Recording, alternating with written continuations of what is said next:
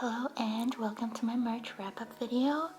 Oh my goodness, March just flew by so quickly, and it was very much a Knight of Wands type of energy for the most part.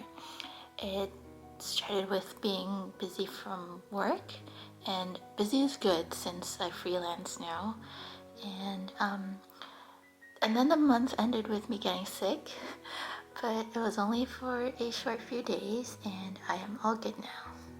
Usually I start off these videos by going through the list of things that I had planned to do, but unfortunately I have not checked off a single one of those tasks this month, and that's just how life goes, and it's totally okay. So yeah, just a little bit about my task list, I guess. It's just more of a do this if you have time type of list. So there's really no hard deadline, and I just think it's nice to have a list so that I can easily refer to it when I do have the time to work on something. I also happen to have a bad memory, so it's just good to have a place to write things down when I think of something that I want to do or further explore. So anyways, I'm just gonna move everything to April, which is now, and see how things go. So spring has finally arrived. We've been getting some nice weather over here in Western Canada. My garden bed is full of color right now, and that makes me so happy. The daffodils have all popped up. There are plenty of hyacinths. We've got pops of pink. There's some purple, and the white ones are starting to bloom as well. And there's a wonderful sweet smell coming from the flowers, and seeing all these beautiful colors just flourishing together always makes my day so much better.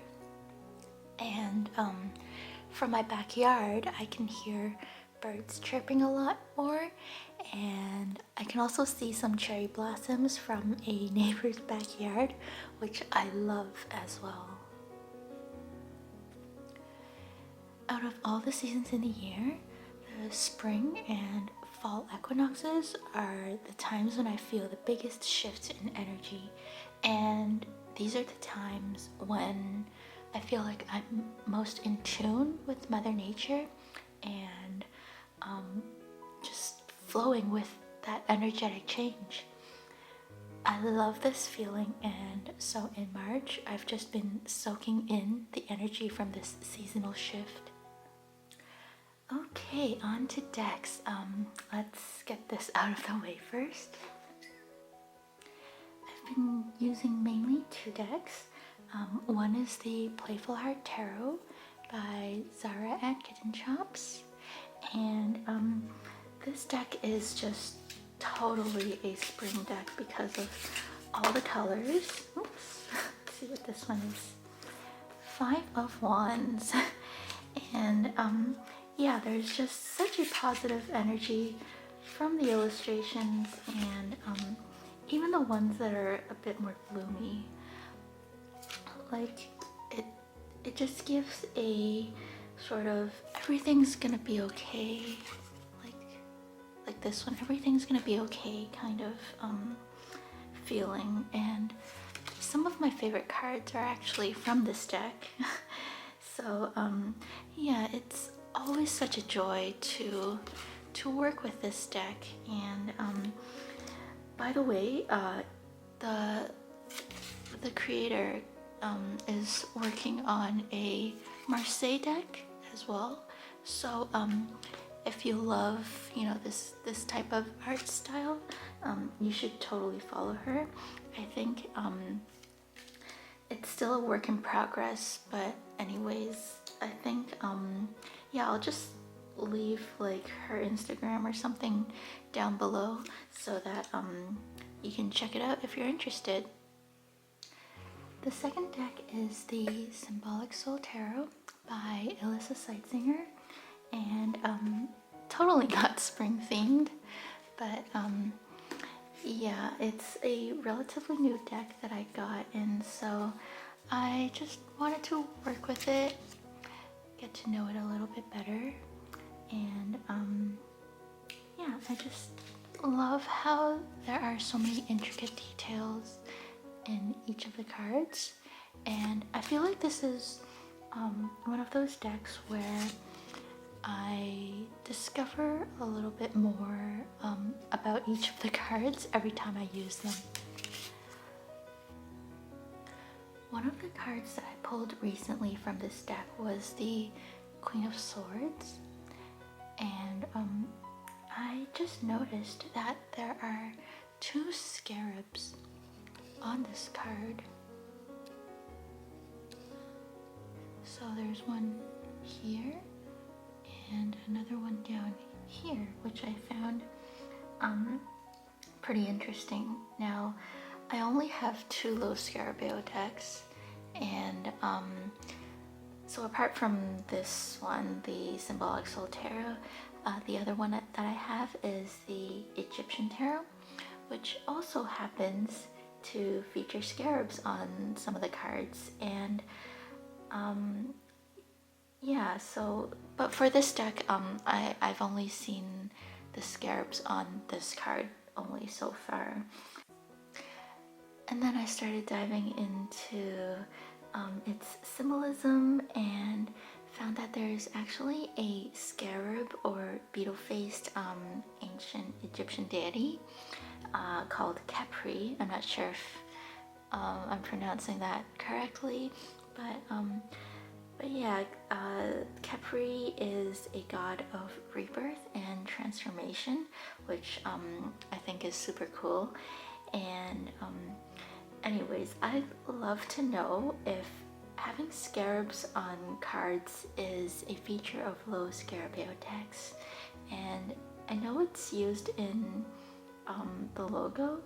I mean, the word scarab is literally in the name of low scarabeo. But yeah, I'd be interested to know if these scarabs are actually all hiding within the decks as well. So if anyone knows the answer, please let me know. So for this last part, I wanted to share a few treasures that I found while going through some boxes. There are so many things that I have still in the most random places and boxes everywhere, from just all the moving around over the many years, but hopefully this will now be my forever home.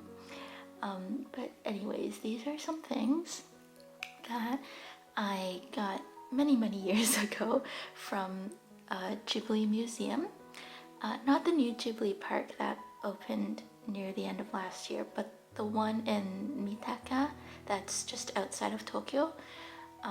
But oh my goodness, I can't believe that these have been hiding away in boxes. I'm planning on putting some of these things on my altar space, and the reason is because I think that Ghibli movies were one of the first things that made me feel that sense of magic. I really don't think that any words can describe that feeling, and if you've never watched any Ghibli movies before, these are the ones that I would suggest watching first. A little fun fact about me: apparently the first movie I ever watched in a movie theater was a Ghibli movie, although I have zero recollection since I was way too young to remember, and I'm not gonna say which one because I don't want to give away my age. Anyways, I think that these things that I got from Ghibli Museum are going to be perfect for my altar, to remind me and put me in that magic space. There's a special feeling that I get from watching Ghibli movies. It's kind of like being transported to a different dimension, if you will. And sometimes I get that with music too, and it evokes something inside of me, almost like being connected or aligned with some kind of life force. Not sure if that makes any sense, but that's as close as I can describe it. Okay, so moving on to these items here, maybe let's start with this one. So this is a card holder with a robot that is from Castle in the Sky. Its arms can also even move all the way around. I think that this would be perfect for displaying any cards such as daily draws or just any other card that I want to have on display. And even though I already have a card holder, but you know, another one can't hurt, right? Okay, let's open up this next one over here.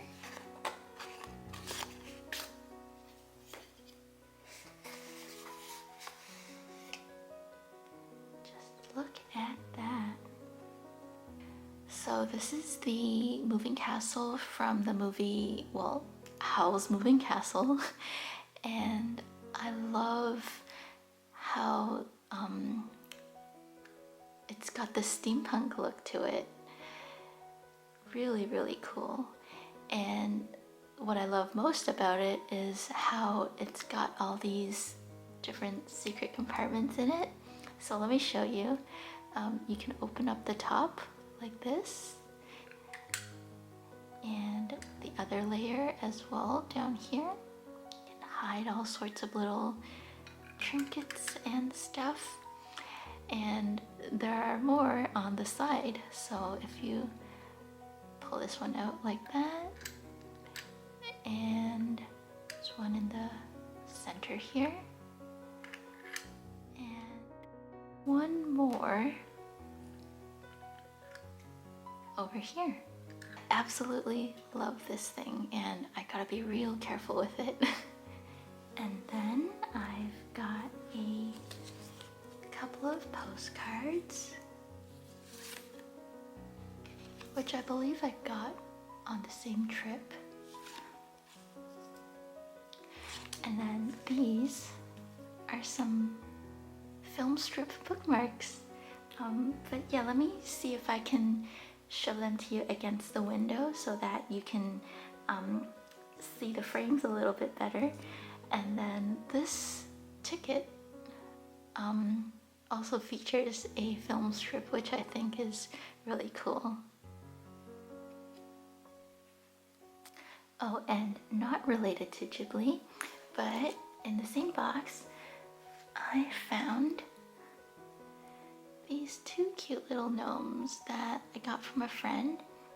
I believe she got them from somewhere in the UK, but yeah, I thought that these were super adorable, and I think that they would be perfect for the altar as well. So that is my March wrap up. Thanks so much for being here, and have a lovely, lovely day or night wherever you are. Bye for now.